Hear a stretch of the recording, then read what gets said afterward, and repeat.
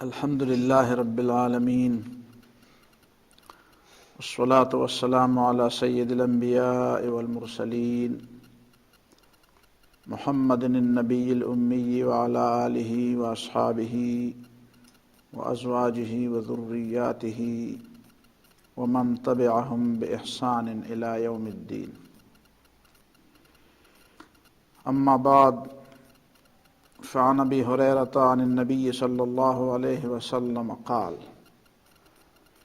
سبعۃ یظلہم اللہ فی ظلہ یوم لا ظل الا ظلہ، الامام العادل، وشاب نشأ فی عبادۃ ربہ، ورجل قلبہ معلق فی المساجد، ورجلان تحابا فی اللہ اجتمعا علیہ وتفرقا علیہ، ورجل طلبته امرأة ذات منصب وجمال فقال انی اخاف اللہ، ورجل تصدق فأخفى حتى لا تعلم شماله ما تنفق يمينه، ورجل ذكر الله خاليا ففاضت عيناه، رواہ البخاری و مسلم.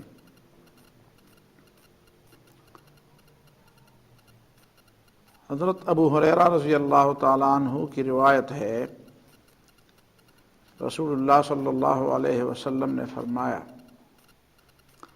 سبعۃ، 7 قسم کے لوگ ہیں، 7 قسم کے مومن یا 7 خصلتوں کے حامل لوگ، 7 کمالات سے متصف لوگ. یظلہم اللہ فی ظلہ، ان کو اللہ تعالیٰ اپنی خصوصی سائے رحمت میں جگہ عطا فرمائیں گے. یوم لا ظل الا ظلہ، جس دن اللہ تعالیٰ کی رحمت کے علاوہ کوئی اور سایہ نہیں ہوگا،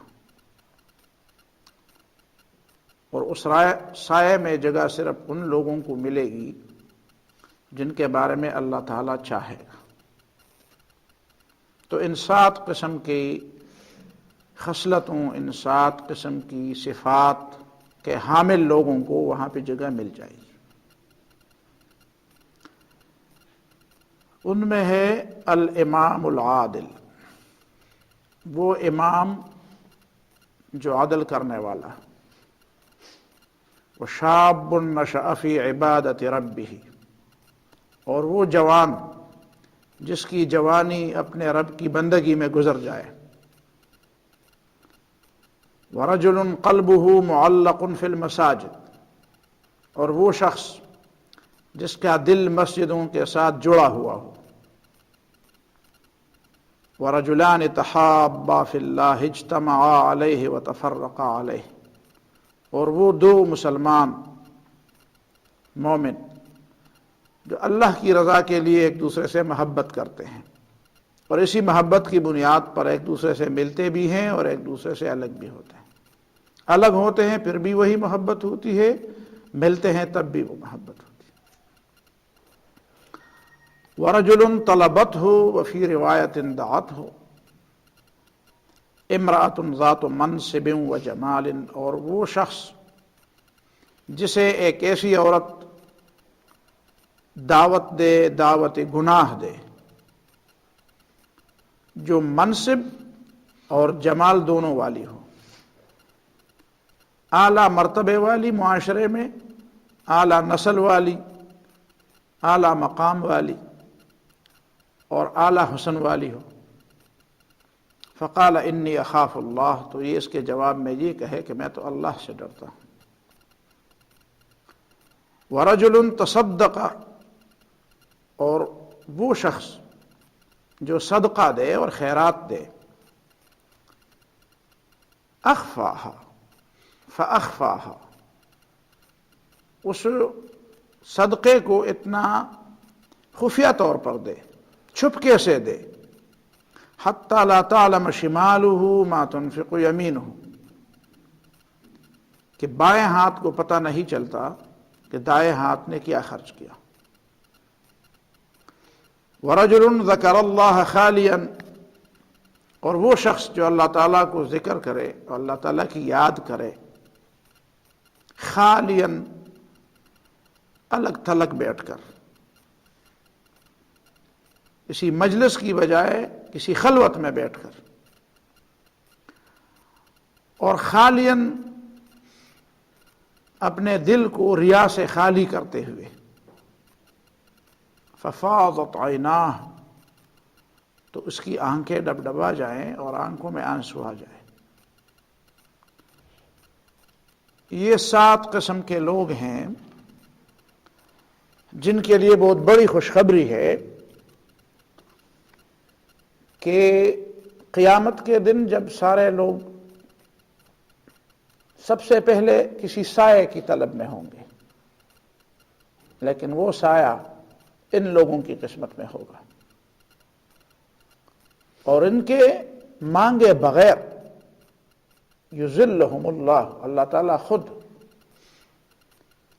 ان کو طلب کرنے کی ضرورت نہیں پڑے گی، مطالبہ کرنے کی ضرورت نہیں پڑے گی، مانگنے کی ضرورت نہیں پڑے گی، بے مانگے اللہ تعالیٰ اپنی رحمت کا سایہ ان کو نصیب فرمائے گا، اپنی طرف سے ان کو اس سائے میں لانے کی اللہ تعالیٰ ان کو دعوت دے گا، ان کو لے آئے گا۔ یہ جو میں نے نقطہ بتایا یہ بہت بڑی بات ہے۔ کبھی ہمیں ایک چیز کی ضرورت پڑتی ہے، لیکن جب تک ہم زبان سے اس چیز کو مانگے نہ ہمیں وہ ملتی نہیں ہے۔ بلکہ کبھی ایسا بھی ہوتا ہے کہ بچہ جب تک اپنی ماں سے دودھ نہ مانگے وہ ماں دودھ بھی نہیں دیتی۔ کبھی بچہ اپنے ماں باپ سے کوئی چیز مانگتا ہے، وہ بار بار مانگنے کے بعد وہ اس کو ملتی ہے۔ وہ کتنی بڑی رحمت ہے اور کتنی بڑی مہربانی ہے اللہ رب العالمین کی کہ وہ حقدار کو اس کا حق اس انداز سے دیتا ہے کہ اسے مانگنا نہیں پڑتا، ضرورت مند کی ضرورت اس انداز سے پوری کرتا ہے کہ ضرورت مند کو اپنی ضرورت کا ذکر ہی نہیں کرنا پڑتا۔ یہ تو پہلا نقطہ ہوا۔ اور قیامت جس دن کوئی سایہ نہیں ہوگا، گرمی ہی گرمی، دھوپ ہی دھوپ، سختی ہی سختی، مشکل ہی مشکل، اور سارے لوگ اس مشکل میں ہوں گے۔ اس مشکل سے اپنے آپ کو بچانے کے لیے ان 7 قسم کے لوگوں میں اپنے آپ کو شامل کرنا چاہیے۔ اور اگر کوئی شخص ان 7 میں سے ایک کیٹیگری کی بجائے 2 خصلتوں کا حامل ہو، ایک کے بجائے وہ 2 معیاروں پر پورا ہو، 2 کے بجائے وہ 3 معیاروں پر پورا ہو، 3 کی بجائے وہ 4 معیاروں پر پورا ہو، اس کے مرتبے کا کیا کہنے پھر؟ اس کا تو ہمیں علم نہیں ہے کہ اس کا پھر کیا مقام ہوگا۔ ان 7 قسم کے لوگوں میں پہلی خصلت والے لوگ کون ہیں؟ الامام العادل۔ الامام العادل، چونکہ امام ہمیشہ ایک ہی ہوگا، اور مسلمانوں میں ایک ہی خلافت کا پوری دنیا کے اندر تصور ہے، چونکہ یہاں الامام سے مراد امام العامہ ہے۔ یہ بات میں صرف اپنی طرف سے نہیں کہہ رہا،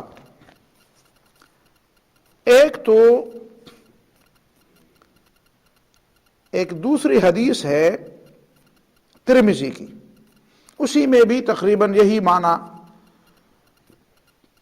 کے لیے جو الفاظ آئے ہیں وہ یہ ہے کہ ابو سعید خدری رضی اللہ تعالیٰ عنہ روایت کرتے ہیں، قال رسول اللہ صلی اللہ علیہ وسلم، نبی صلی اللہ علیہ وسلم نے فرمایا، ان احب الناس الی اللہ یوم القیامہ، سب سے زیادہ محبوب تمام انسانوں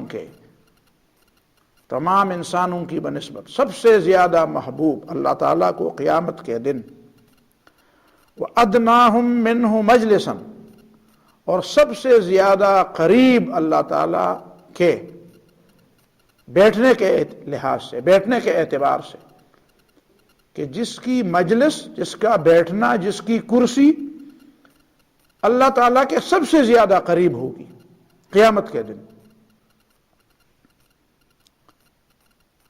امام عادل، وہی ہوگا، امام ہوگا جو عدل کرنے والا، وہ جو عام مسلمانوں کے اجتماعی معاملات کا ذمہ دار ہو، اور وہ عدل اور انصاف کرنے والا، ظلم کر سکتا ہو لیکن ظلم نہ کرتا۔ وَأَبْغَضَ النَّاسِ إِلَى اللَّهِ وَأَبْعَدَهُمْ مِنْهُ مَجْلِسًا، اور قیامت کے دن اللہ تعالی کے نزدیک سب سے مبغوض ترین، ناپسندیدہ ترین شخص، وَأَبْعَدَهُمْ مِنْهُ مَجْلِسًا، اور سب سے زیادہ دور اللہ تعالیٰ سے بیٹھنے کے لحاظ سے، جس کو قریب آنے کی جگہ نہیں ملے گی، قریب اس کو جانے کی اجازت نہیں ہوگی، وہ ہے امام جائر، وہ امام ہے، وہ حکمران ہے جو ظالم۔ ان دونوں احادیثوں میں پتہ چل جاتا ہے کہ امام سے مراد وہ ہے کہ مسلمانوں کی اجتماعیت کا ذمہ دار ہو، مسلمانوں کے اجتماعی مسائل کا ذمہ دار ہو، اس کو امام العامہ کہتے ہیں، اور اس امامت کو امامت کبریٰ کہتے ہیں، امامت کبریٰ، بڑی امامت۔ چھوٹی امامت تو ایک گھر کی قیادت، وہ بھی امامت ہے۔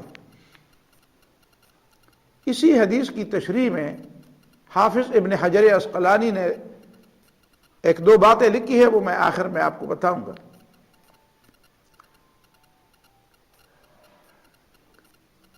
اس کا مطلب یہ ہے کہ امام سے مراد وہی امام عامہ ہے۔ اگر امام کو امام عامہ نہ کہا جائے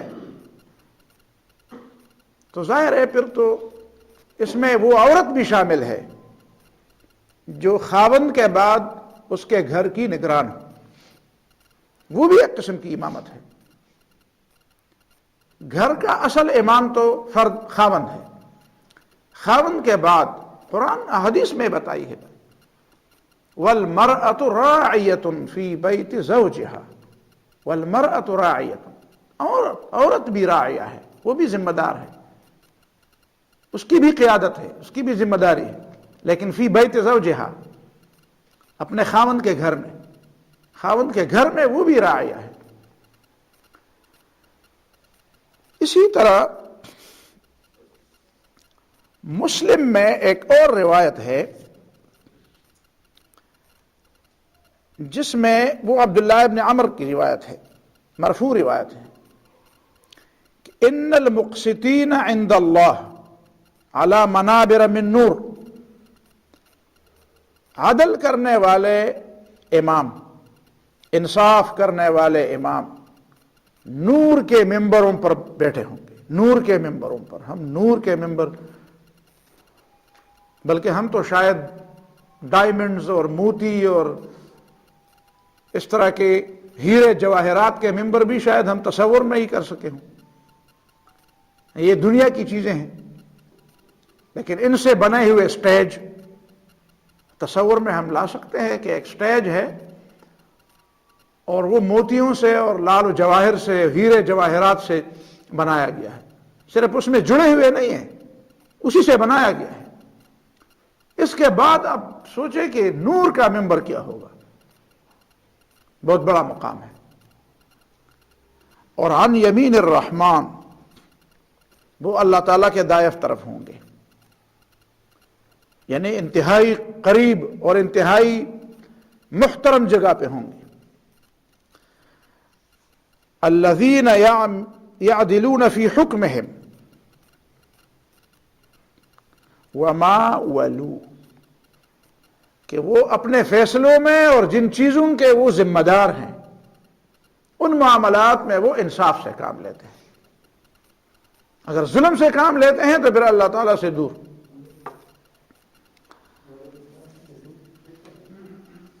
پھر حافظ ابن حجر عسقلانی رحمہ اللہ تشریح کرتے ہیں کہ وہ احسن ما فسر به العادل. عادل کی تفسیر تو بہت بڑی ہے، عادل میں تو کئی چیزیں شامل ہیں، لیکن سب سے بہتر تفسیر عادل کی وہ کیا ہے؟ وہ ہے انہ الذی یتبع امر اللہ، کہ عادل وہ ہے جو اللہ تعالی کے حکم کا اتباع کرتا ہے. بوضع کل شیء فی موضعہ، ہر شخص کو اس کا وہ حق دیتا ہے جس کا وہ حقدار ہوتا ہے. ہر شخص کے ساتھ وہ برتاؤ کرتا ہے جس برتاؤ کا وہ حقدار ہوتا ہے. ہر شخص سے وہ سلوک کرتا ہے جس سلوک کا وہ حقدار ہوتا ہے. ایسا نہ ہو کہ کسی کو پسند کی بنیاد پر آسمان پر اٹھاتا ہے اور کسی کو ناپسندگی کی بنیاد پر زمین پر دے مارتا ہے.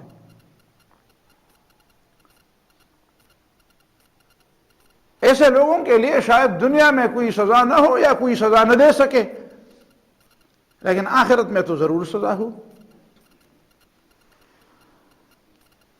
اور من غیر افراط ولا تفریط، وہ اس میں بہت زیادہ کسی کے شان میں اور کسی کے حق میں زیادتی کرنا اور کسی کے حق میں بالکل کمی کرنا، اس سے وہ پاک ہو. نہ تو کسی کا حق کم کر دے اور نہ کسی کا حق زیادہ کر دے. اور یہ انصاف اور یہ عدل بہت بہت بڑا کام بھی ہے اور بہت مشکل بھی ہے، بہت مشکل بھی ہے. اسی وجہ سے قرآن مجید نے بار بار عدل اور انصاف کی بات کی ہے. قرآن مجید میں ایک آیت ہے اور پوری دنیا کو آپ چیلنج کر سکتے ہیں کہ ایسی کوئی بات، ایسا کوئی جملہ، ایسا کوئی پیراگراف پوری دنیا مل کر کہیں پیش کر، اس کا مفہوم کبھی ابھی تک کسی نے لکھا، کسی کو توفیق نہیں ہوئی. سورہ النساء کی آیت نمبر 135، کونوا قوامین بالقسط شہداء للہ ولو علی انفسکم او الوالدین والاقربین ان یکن غنیا او فقیرا فاللہ اولی بہما فلا تتبعوا الهوى ان تعدلوا وان تلووا او تعرضوا فان اللہ کان بما تعملون خبیرا. ایسی کوئی بات، یہ تو ایسی بات ہے کہ سمندر کوزے میں بند کرنا تو اس کے گرد و غبار میں بھی نہیں ہے. عدل اور انصاف کی بات کے بارے میں ایسے جملے اور ایسے ہدایات یہ آخر کس کو دیے گئے ہیں؟ یہ ان لوگوں کو دیے گئے ہیں جو عدل اور ظلم دونوں کر سکتے ہیں، جن کے پاس اختیار ہے، جن کے پاس اختیار ہے. اور ایک حدیث ہے جو اس وقت یہاں پہ میں نے کوٹ نہیں کی ہے، اس میں رسول اللہ صلی اللہ علیہ وسلم نے فرمایا خیار ائمتکم الذین تحبونہم ویحبونکم وتدعون لهم ويدعون لكم والشرار ائمتكم الذين تبغضونهم ويبغضونكم. تمہارے حکمرانوں میں سے بہتر لوگ وہ ہیں جن کے لیے تم دعائیں کرتے ہو اور وہ تمہارے لیے دعائیں کریں، جن سے تم محبت کرو اور وہ تم سے محبت کریں. تم سے مراد ان کا کوئی فرقہ نہیں ہے، ان کی کوئی جماعت نہیں ہے، ان کا کوئی گروہ نہیں ہے. تم سے مراد ان کے وہ رعایا ہے جن کے اوپر وہ بیٹھے، جن کے اختیارات لے کر وہ اوپر کی کرسی پر بیٹھے ہوئے. یہ خیار و ائمتکم، یہ تمہارے بہتر لیڈر ہیں، بہتر قیادت ہے. والشرار ائمتکم الذین تلعنونہم ویلعنونکم، اور تمہارے حکمرانوں میں بدترین لوگ وہ ہیں جو تم ان کے لیے بد دعائیں دیتے ہو اور وہ تمہارے لیے بد دعائیں، تم ان پر لعنت بھیجتے ہو وہ تم پر لعنت بھیجتے ہیں.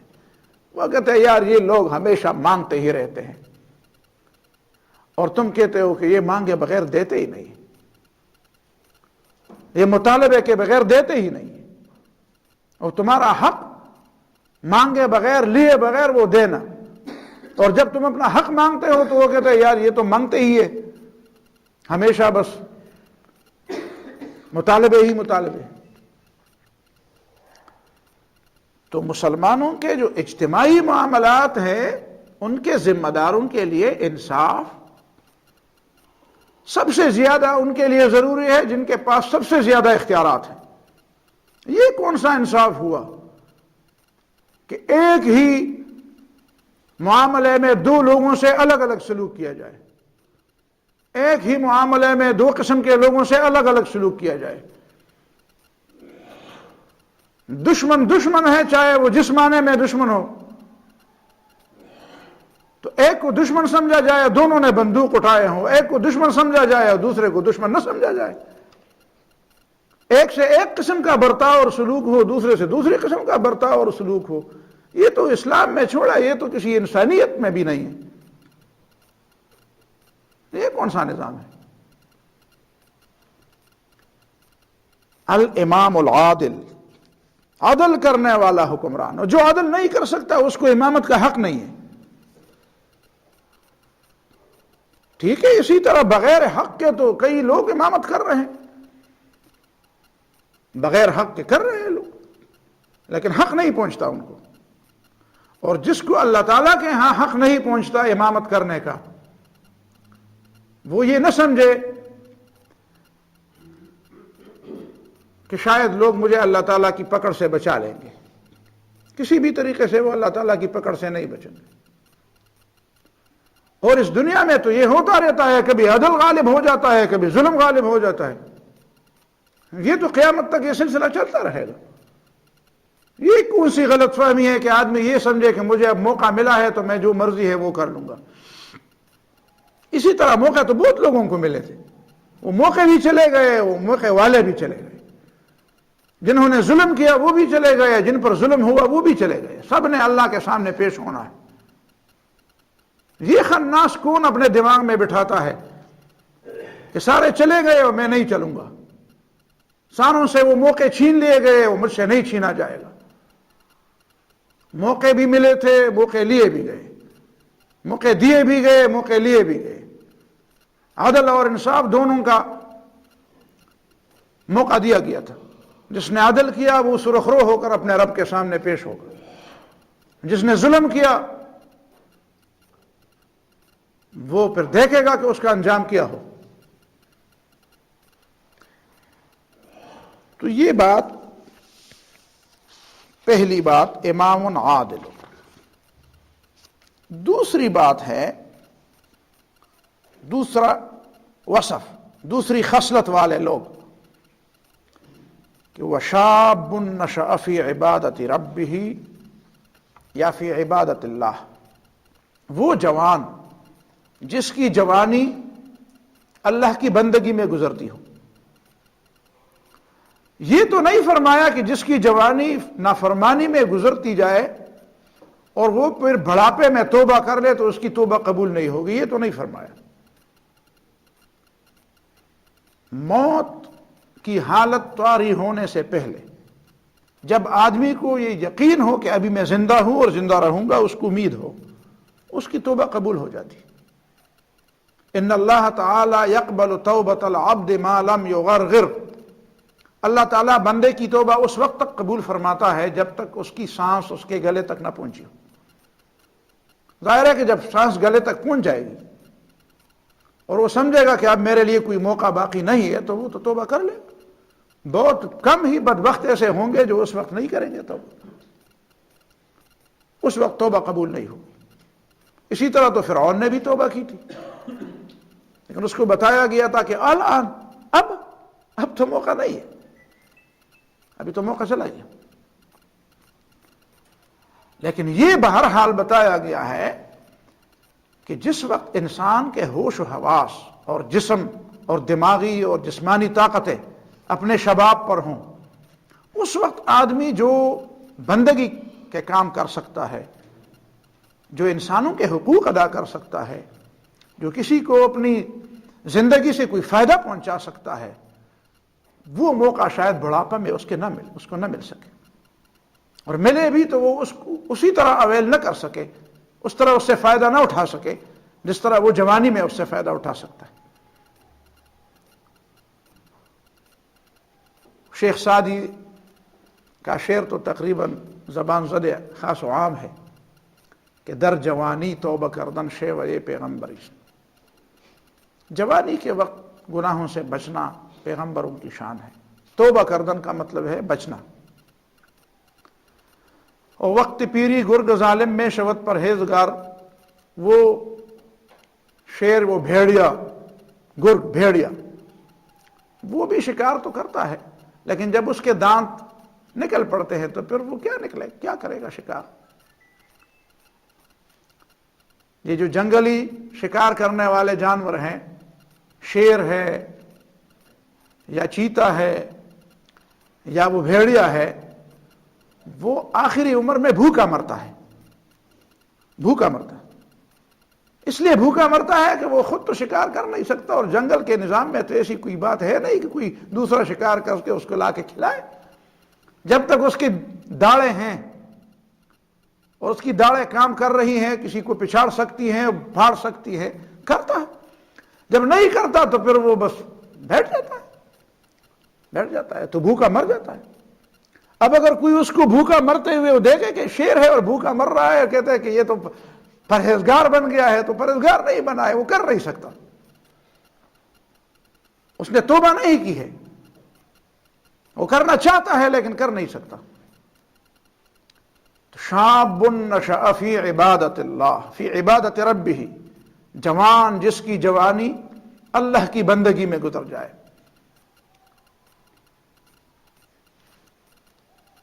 اور جس کی جوانی اللہ تعالیٰ کی بندگی میں گزرتی ہو، اس کی جوانی میں ایک خاص مٹھاس ہوتی ہے۔ عام لوگ جوانی کو دیوانی سمجھ کر اسی میں مٹھاس تلاش کرتے ہیں، اسی میں لطف تلاش کرتے ہیں۔ اس میں لطف نہیں ہے، لطف جوانی میں بندگی میں ہے، قابو کرنے میں ہے، اپنی صلاحیتوں کو، اپنے نفس کو، اپنے خواہشات کو، خود اپنے ہاتھ کو، ان کو قابو کرنے میں جو لذت ہے وہ بے قابو کرنے میں بالکل نہیں۔ قابو کرنے میں جو لذت ہے وہ بے قابو کرنے میں نہیں ہے۔ اس کے اندر جوانی میں اپنے آپ پر قابو رکھنے سے آدمی کی نفسیات میں جو قوت پیدا ہوتی ہے، آدمی کی نفسیات میں جو قوت پیدا ہوتی ہے، جو استقامت پیدا ہوتی ہے، وہ استقامت پھر بعد میں پیدا نہیں ہوتی۔ یہ بہت بڑا نقطہ ہے۔ جوانی میں شہوتیں اور ساری چیزیں اور قوتیں دوسری طرف زور لگاتی ہیں، آپ اس کو موڑیں ایک دوسری طرف، جس میں بظاہر کوئی لذت نہیں ہے لیکن اس کی لذت باقی تمام لذتوں سے بہت زیادہ ہے، لیکن اس میں وقت لگتا ہے۔ ایک چیز کی فوری لذت ہے، یہ آپ پڑھتے بھی ہوں گے، سنتے بھی ہوں گے کہ نمازوں میں ایک خاص قسم کا مزہ ہے۔ قرآن نے فرمایا وَإِنَّهَا لَكَبِيرَةٌ إِلَّا عَلَى الْخَاشِعِينَ، نماز مشکل کام ہے، لیکن جن کے دل میں خشوع ہے ان کے لیے مشکل نہیں۔ ہمارے لیے تو آج بھی مشکل ہے، اس لیے کہ ہمارے دلوں میں خشوع نہیں۔ تو جو چیزیں فوری لذت والی ہے ان سے آپ توجہ ہٹا کر اس چیز کی طرف متوجہ ہو جائیں جس میں فوری لذت نہیں ہے، لیکن اس کی جو ادھار لذت ہے دنیا میں ملے گی، اس دنیا میں ملنے والی، لیکن کچھ دیر لگے گا اس میں۔ اور کیا دنیا میں جوان لوگ کسی ادھار لذت کے لیے محنت نہیں کرتے؟ کوئی انجینئرنگ میں ہے تو انجینئرنگ ویسے ملتی ہے، کوئی میڈیکل میں ہے تو میڈیکل کی ڈگری ویسے ملتی ہے، سالہ سال تک آپ اس کے لیے راتیں جاگیں گے۔ تو ظاہر ہے کہ ایک چیز، ایک اصل لذت جو آپ کے ذہن کے اندر ہے اس کے لیے تو آپ موجودہ لذت کو قربان کر رہے ہیں، نیند کو قربان کر رہے ہیں، مزوں کو، گھومنے پھرنے کو، گپے لگانے کو قربان تو کرتے ہیں۔ تو یہی بات قرآن ایک اور انداز میں بتاتا ہے کہ چلو تم تو 5 7 8 سال بعد ایک ڈگری کے انتظار میں یہ چیز لے رہے ہو، لیکن اس سے کچھ زیادہ کے لیے، اور اس ڈگری کے مقابلے میں ایک بہت بڑی ڈگری کے لیے جو اللہ تعالیٰ کی رضا ہے، اس کے لیے اس سے تھوڑی سی زیادہ کام، یہ کام بھی آپ چھوڑیں نا، اس کو بھی منع نہیں کرتے، لے لیں آپ جتنی بھی ڈگریاں لے سکتے ہیں دنیا میں تو لے لیں، لیکن اسی چیز کو تھوڑا سا، اسلام نے یہی تو کہا ہے نا کہ کسی چیز کے اندر خوبی مزید پیدا کر دی، اس کے اندر ایک حسن پیدا کر دیا، اس کے اندر ایک وسعت پیدا کر دی۔ ادھار معاملہ تو سب لوگوں کا ہے، یہ تو غلط کہتے ہیں لوگ کہ مجھے نقد چاہیے، نقد چاہیے سب کچھ، بھائی نقد کا معاملہ تو آج تو ہر آدمی ادھار کا معاملہ کر رہا ہے، وہ ادھار کا معاملہ کرتے ہوئے پھر اس کو نقد کچھ چیز ملتی ہے۔ اول روز سے ہی آپ نقد کا معاملہ کریں گے تو کچھ بھی ہاتھ نہیں آئے گا، اور اسلام اس میں تھوڑی سی وسعت پیدا کرتا ہے، اسلام اس میں تھوڑی سی خوبی پیدا کرتا ہے۔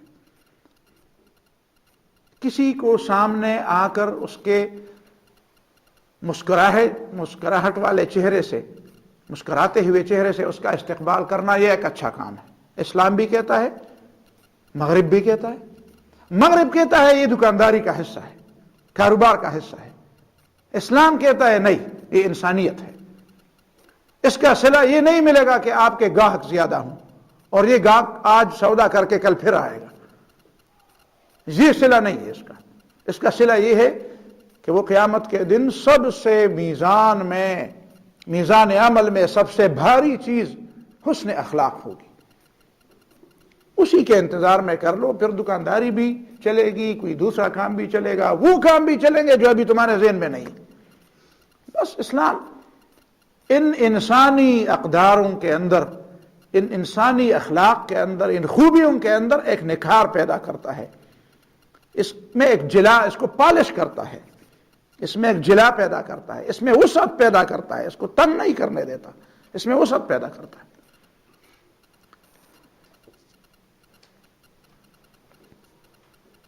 اور شاب نشأ فی عبادت اللہ، جوانی کی جو نشاط ہوتی ہے، جوانی کی جو تازگی ہوتی ہے، آپ اس تازگی کو بندگی میں تو شامل کر کے دیکھ لیں، اس تازگی کو اپنے رب کی بندگی میں مزید حسن پیدا کرنے کے لیے شامل کریں، چست اور چابک ہو کر آپ نمازیں پڑھیں، نماز کے لیے جائیں، کسی کی مدد کے لیے جائیں، کسی گرتے ہوئے کو اٹھانے کے لیے جائیں، کسی غمگین اور کسی پریشان حال کی مدد کے لیے جائیں، کسی کا حق ادا کرنے کے لیے جائیں، تو آپ کو پتہ چلے گا کہ اس جوانی کے اندر پھر اس کام کے اندر کتنی خوبی پیدا ہوتی ہے۔ شاب نشأ فی عبادت اللہ،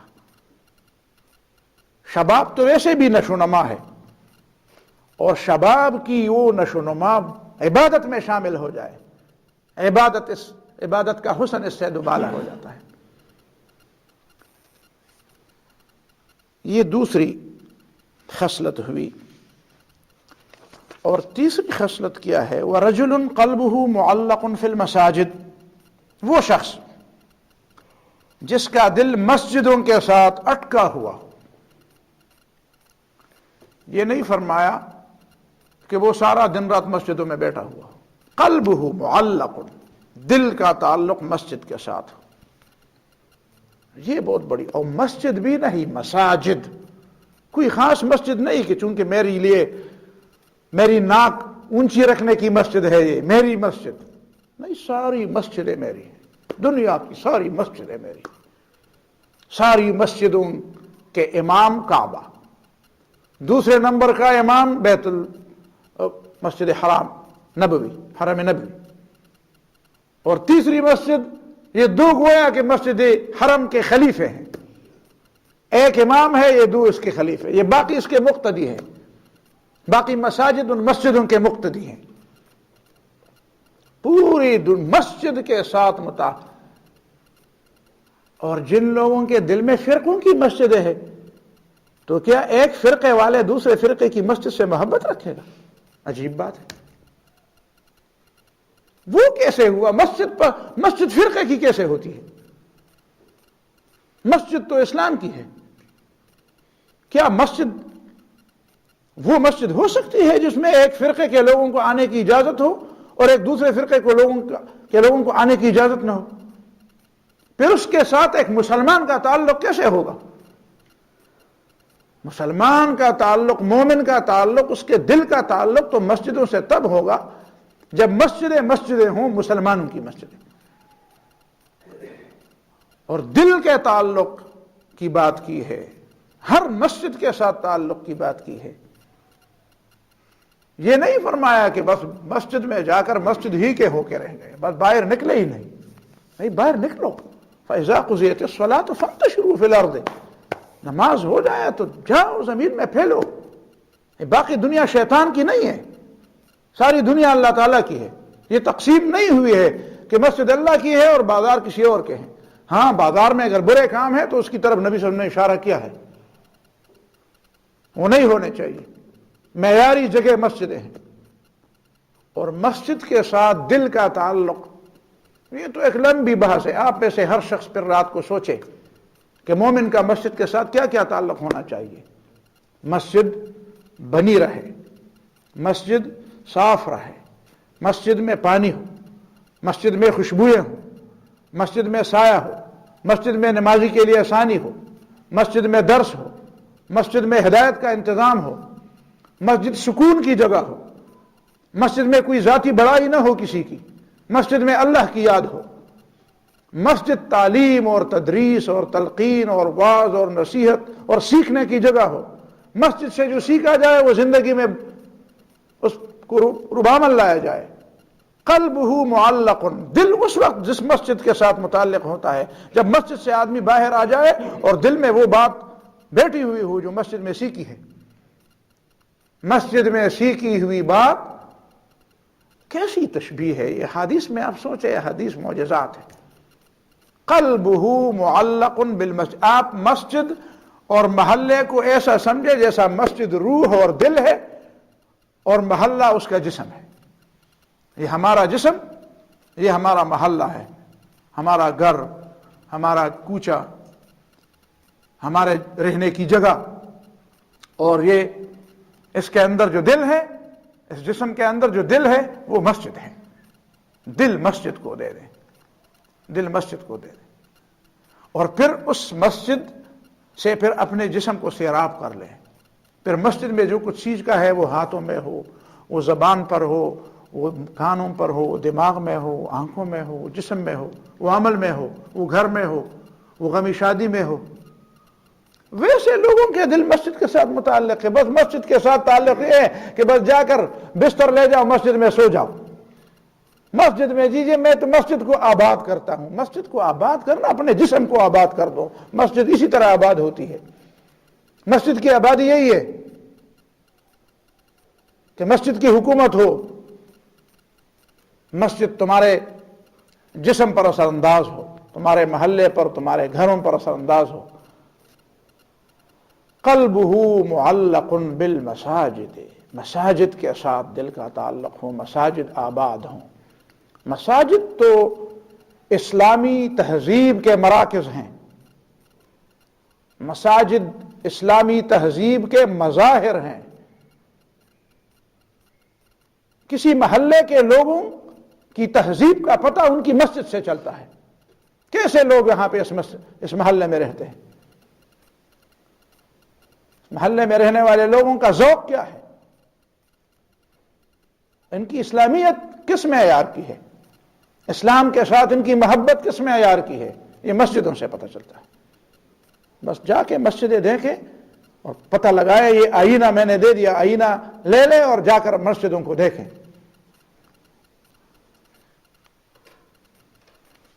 یہ بڑی بات ہے، محبت ہو مسجد کے ساتھ۔ اور پھر ایک روایت میں ہے، امام مالک کی روایت ہے کہ مسجدوں کے ساتھ ایسا تعلق ہو اذا خرج منہ حتی یعود الیہ، نکلتا ہو تو پھر دل میں ایسی بات ہو کہ یار مسجد کے اندر جو روحانیت تھی، مجھے جو کچھ سمجھایا گیا، جو میں نے کچھ سیکھا اس نماز سے، اس خاموشی سے، اس نظم و ضبط سے، اس احترام سے، اس صفائی سے، اس سنجیدگی سے، تو میں پھر یہاں آؤں گا، پھر موقع ملے، کب موقع ملے گا کہ میں آ جاؤں، میں پھر مسجد میں آ جاؤں۔ دل کا تعلق ہو، دل کی محبت ہو، دل اس کی طرف مائل ہو، دل اس کی طرف مائل ہو۔ آپ باہر جا رہے ہوں مسجد سے تب بھی دل کہیں کہ آپ مسجد تو مسجد ہے، آپ باہر جا رہے ہوں مسجد سے پھر بھی دل کرے کہ مسجد آنے کا وقت کب ملے گا۔ لیکن وہ ہماری تہذیب کی واقعی مظہر ہو، اس کو مظہر ہونا چاہیے۔ اور پھر چوتھی صفت جس پر بحث بھی ہوئی تھی، وَرَجُلَانِ تَحَابَّا فِي اللَّهِ اجْتَمَعَا عَلَيْهِ وَتَفَرَّقَا عَلَيْهِ، وہ دو شخص جو آپس میں اللہ کی رضا کے لیے محبت کرے ایک دوسرے سے، اجتماعا علیہ، اسی محبت کی بنیاد پر وہ ایک دوسرے سے ملے، وتفرقا علیہ، اور ایک دوسرے سے الگ ہوں تب بھی وہ محبت باقی ہو، محبت الگ نہ ہو کہ سامنے محبت ہو اور جب الگ ہو جائیں پھر محبت نہ ہو۔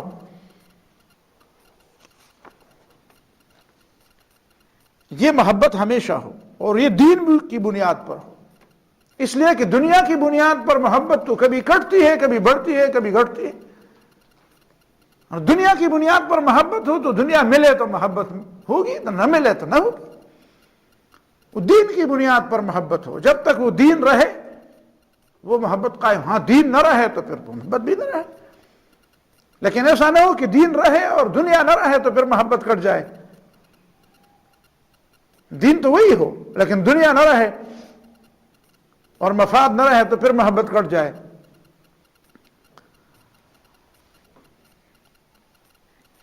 اور اجتماع علیہ، اجتماع اس کو نہیں کہتے کہ ایک جگہ پہ جمع ہو۔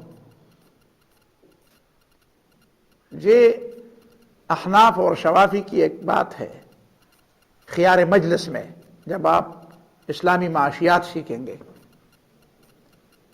البیعان بالخیار ما لم یتفرقا، تفرق سے مراد احناف تو احناف ہیں، تفرق سے مطلب تفرق بالاقوال ہے، جب قول اور جب باتیں ہی بدل جائیں۔ اجتماع کا مطلب یہ نہیں ہے کہ آپ ایک جگہ پہ جسمن جمع ہوں۔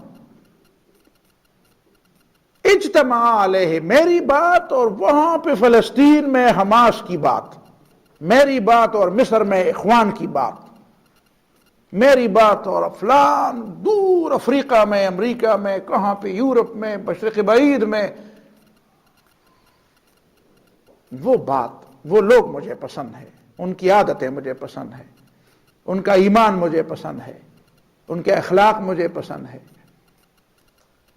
ان کے کام مجھے پسند ہے، ان کی دین کے لیے جدوجہد مجھے پسند ہے، ان کا صبر مجھے پسند ہے، ان کی حکمت مجھے پسند ہے، ان کی استقامت مجھے پسند ہے، اور میرے دل میں ان کے لیے اور ان کے دل میں میرے لیے اجتماع، یہ ہے اجتماع۔ یہ اجتماع شاید جسمانی اجتماع کبھی نہ ہو، اور کبھی جسمانی اجتماع ہوتا ہے لیکن وہ قلبی اجتماع نہیں ہوتا، اس سے قلبی اجتماع مراد ہے، قلبی اجتماع۔ اجتماع علیہ وتفرق علیہ، میں نے یہاں پہ ایک جملہ لکھا ویسے لطافت کے طور پر کہ الجماعۃ جماعۃ وان لم تکن جماعۃ، وان لم تکن جماعۃ، لوگ جماعت اس کو کہتے ہیں جن کی خاص انداز میں ایک نظام اور وہ یہ چیزیں ہوں۔ یہاں پہ حدیث میں ایک اور جماعت کا ایک اور معنی آ گیا، وہ اصل جماعت ہے۔ وہ جماعت کیا ہے؟ وہ دلوں کی جماعت ہے، وہ دلوں کے تعلق کی جماعت ہے، وہ جو حدیث میں بات آئی ہے کبھی اس کی تشریح کر لیں گے کہ جو 72 فرقے گناہگار ہیں اور ایک فرقہ وہ ما انا علیہ و اصحابی وہ الجماعت ہے اور وہ ناجیہ ہے، فرقہ ناجیہ، نجات پانے والا فرقہ۔ اس کا کیا یہی مطلب ہے کہ ان لوگوں کی بھی ایک جماعت ہوگی، ان کا ایک جھنڈا ہوگا؟ نہیں، اس میں وہ یہ وہی جماعت ہے۔ وہ شاید ایک دوسرے کو جانتے بھی نہ ہوں، وہ شاید ایک زمانے میں بھی نہ ہوں، وہ ایک جماعت ہوگی، پوری دنیا میں ایک جماعت ہوگی۔ اس زمانے سے ما انا علیہ و اصحابی، وہ نبی صلی اللہ علیہ وسلم اس کے امیر ہے اور صحابہ ان کے پہلے ارکان ہیں اور قیامت تک ان کی رکنیت اور نظام چلتا رہے گا۔ تو 1400 سال تو اس کے ہو گئے، وہ سلسلہ ہے، وہ ایک جماعت ہے۔ اجتماع علیہ وتفرق علیہ، اسی پر لوگوں کا اجتماع ہو، اجتماع کی بنیاد وہ جماعت ہو۔ دوسرے اجتماعات میں ان کی تنقیص نہیں کرنا چاہتا، لیکن میں یہ دکھانا چاہتا ہوں کہ اصل جماعت وہ ہے جو قلبی جماعت ہو، اور شاید ایسے لوگ بھی آپ کے اس جماعت میں شامل ہوں، اور آپ شاید ایسے لوگوں کی جماعت میں شامل ہوں جو نہ ان کو پتہ ہے اور نہ آپ کو پتہ ہو، نہ ان کے نام آپ کو پتہ ہوں اور نہ آپ کے نام ان کو پتہ ہوں، اور قیامت کے دن آپ ایک جماعت بن کر کھڑے ہوں گے، اٹھائے جائیں گے، اور پھر اللہ تعالیٰ کی وہ معیت حاصل ہوگی۔ اور پھر 5ویں چیز کیا ہے؟ صفت وَرَجُلٌ طَلَبَتْهُ امْرَأَةٌ ذَاتُ مَنْصَبٍ وَجَمَالٍ، ایک شخص جس کو ایک عورت نے دعوت دی ہو گناہ کی، اور اس کے اندر یہ دونوں خوبیاں پائی جاتی ہوں، حسن و جمال کی بھی خوبی اور دوسرے کمالات جو ایک انسان کے لیے پرکشش ہو سکتے ہیں، کہ اس کا منصب، اس کا نسب، اس کا مقام و مرتبہ بھی معاشرے میں بلند ہو، مرتبہ بلند ہو۔ فقال انی اخاف اللہ، تو یہ اس کے جواب میں یہ کہے کہ میں تو اللہ تعالیٰ سے ڈرتا ہوں۔ حدیث میں یہ بات آئی ہے کہ عورت کے ساتھ نکاح 4 وجوہات سے ہوتا ہے، لوگ 4 وجوہات سے نکاح کرتے ہیں۔ وہ کیا ہے؟ ابو ہریرہ جن کی روایت ہے، لِأَرْبَعٍ، لِمَالِهَا، کوئی مال کو پسند کرتا ہے، بھائی مالدار عورت سے نکاح ہو، وَلِحَسَبِهَا، کوئی خاندان کی وجہ سے کہ اچھے خاندان میں نکاح ہو جائے، وَجَمَالِهَا، کوئی خوبصورتی کو دیکھتا ہے، وَلِدِينِهَا، اور کچھ لوگ دین کو دیکھتے ہیں۔ آپ کو پتہ ہے کہ جس ماحول میں نبی صلی اللہ علیہ وسلم نے اس حدیث کو ہمارے سامنے بیان فرمایا، صحابہ کے سامنے، اس زمانے میں بس یہی 4 قسم کے لوگ تھے اور ان کی 4 عادتیں تھیں۔ یہود تھے، یہود مال و دولت کو دیکھتے تھے، وہ کسی عورت سے نکاح کرتے وقت وہ اس کو دیکھتے تھے اور آج بھی دیکھتے ہیں، وہ پیسے کے پجاری ہیں، وہ دیکھتے ہیں کہ مال کس کے پاس ہے۔ عیسائی جو ہیں وہ حسن کو دیکھتے ہیں زیادہ، ان کے ہاں اس کا زیادہ چرچا ہے۔ عرب جو ہے وہ نسب کو زیادہ توجہ دیتے ہیں۔ یہ 3 بڑی قومیں یا 3 بڑے گروہ جو مال، جمال اور نسب کو ترجیح دیتے تھے، اسلام نے ان تینوں کو مسترد کر دیا کہ نہیں، ترجیح کی بنیاد وہ 3 چیزیں نہیں ہیں۔ تربت یداک علیک بذات الدین، اسلام میں ترجیح کی بنیاد دین ہے۔ اگر یہ 3 چیزیں شامل ہوں تو بری بات نہیں، اچھی بات ہے، لیکن ترجیح دین کو، یہ تینوں باتیں جمع ہوں، 4 باتیں جمع ہوں لیکن دین موجود ہو، پھر ٹھیک ہے، 3 باتیں جمع ہو، تینوں اس کے ساتھ جمع ہو، 2 جمع ہو جائے، 1 جمع ہو جائے، لیکن اگر دین نہ ہو تو تینوں باقی جمع ہو، اس کی طرف توجہ نہ دیں۔ تو یہاں پہ بھی یہ فرمایا گیا کہ دعت ہو طلبت ہو امراۃ، طلبت ہو، دعت ہو، اس کو بلایا، کس کے لیے بلایا یہ نہیں بتایا، اس لیے علماء حیران، علماء نے عجیب بات کی ہے، کس کی طرف بلایا؟ یعنی اس کی زبان سے نکلی ہوئی کوئی بات تھی، جس طرح ہمارے ہاں لوگ کہتے ہیں یار فلان نے جو گانا گایا ہے، فلان نے جو غزل گائی ہے، فلان نے جو اور کیا گاتے ہیں لوگ، قوالی نہیں، پتہ نہیں اور کچھ چیز ہو، تو یہ چیز مجھے پسند ہے، دعت ہو، یہ اس نے اس کی طرف دعوت دی، تمہیں چاہیے تھا کہ تم کہتے انی اخاف اللہ، میں اللہ سے ڈرتا ہوں، ان چیزوں کی طرف میں متوجہ نہیں ہوتا، اس لیے کہ اگر میں اس چیز کی طرف متوجہ ہو جاؤں تو مجھے ڈر ہے میں اپنی ذمہ داری پوری نہ کر سکوں گا، میں اپنی ذمہ داریوں سے غافل ہو جاؤں گا، اور جب غافل ہو جاؤں گا تو میرے ساتھ محاسبہ ہوگا۔ پھر علماء نے یہاں تک بھی لکھا ہے، اور میں آپ کے سامنے بتاؤں گا کہ حافظ ابن حجر عسقلانی نے اس کی شرح میں لکھا ہے کہ شاید اس کا معنی یہ بھی ہے کہ ایک بادشاہ کسی شخص کو اپنی بیٹی نکاح میں دینے کی پیشکش کرے، لیکن اس شخص کی دینی بصیرت اتنی ہو کہ وہ سمجھے کہ شاید یہ مجھے پھنسانے کا ایک طریقہ ہے، تو وہ اس کے جواب میں کہتے ہیں انی اخاف اللہ، حالانکہ وہ نکاح کی بات کرتا ہے۔ ہمارے ذہن میں تو صرف ایک بات ہے کہ وہ گناہ کی دعوت دے رہی ہے، لیکن صرف گناہ کی بات نہیں ہے، شاید کسی موقع پر آپ وہ ہمارے استاد مولانا عنایت الرحمن رحمہ اللہ ایک قصہ سنایا کرتے تھے، پتہ نہیں کہاں سے انہوں نے، کہ ایک زمانے میں ایک عالم دین تھے، اور وہ عالم دین جو تھے وہ بڑے تیز و ترار اور بڑے حق گو اور بڑے دلیر اور نڈر تھے۔ بادشاہ نے کہا یار اس آدمی کا مجھے علاج نہیں نظر آتا، اس کا کیا علاج کیا جائے کہ اس کا منہ بند ہو؟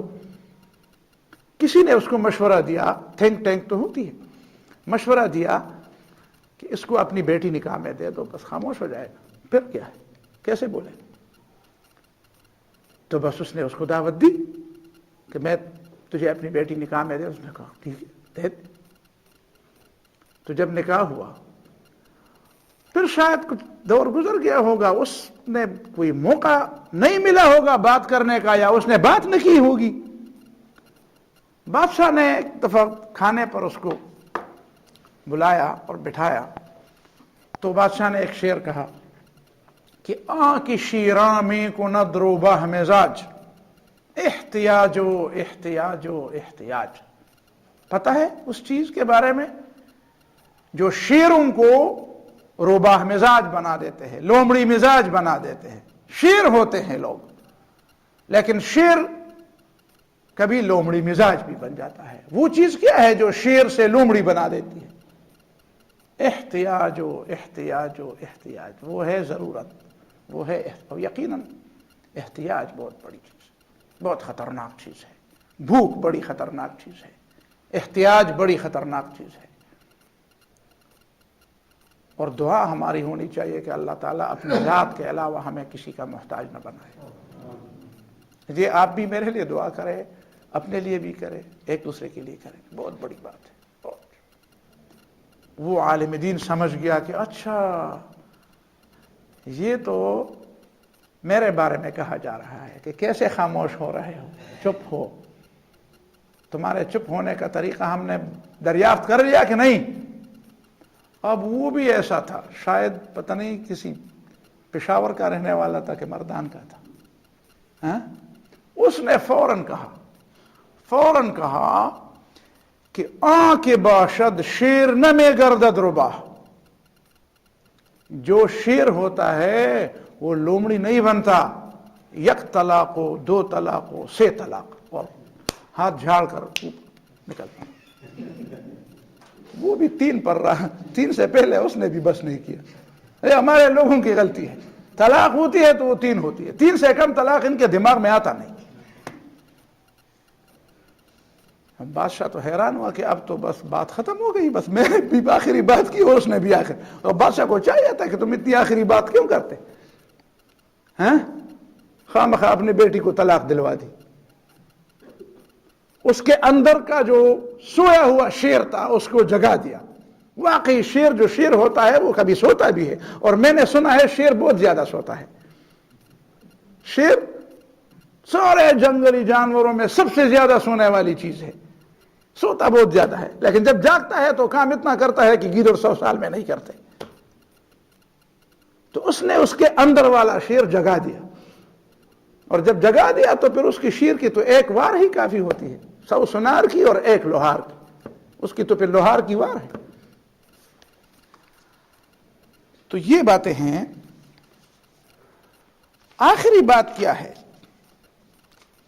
چھٹی بات، رجل تصدق، ایک شخص صدقہ دیتا ہے، اخفا فاخفاها، اور اس کو خفیہ دیتا ہے، حتی لا تعلم شمالہ ما تنفق یمینہ۔ میرے خیال میں یہ 2 باتیں آخر میں بڑی تفصیل طلب ہے، اس کو آئندہ کے درس کے لیے چھوڑ دیتے ہیں۔ اقول قولی ھذا واستغفر اللہ لی ولکم ولسائر المسلمین۔ کچھ ساتھیوں نے دعا کے لیے درخواستیں دی ہیں، اور ان کو اعتماد ہے کہ اس مجلس میں میرے لیے دعا کی جائے گی۔ میرے لیے بھی دعا کرے، اپنے لیے بھی کرے، دوستوں کے لیے بھی کرے۔ بیمار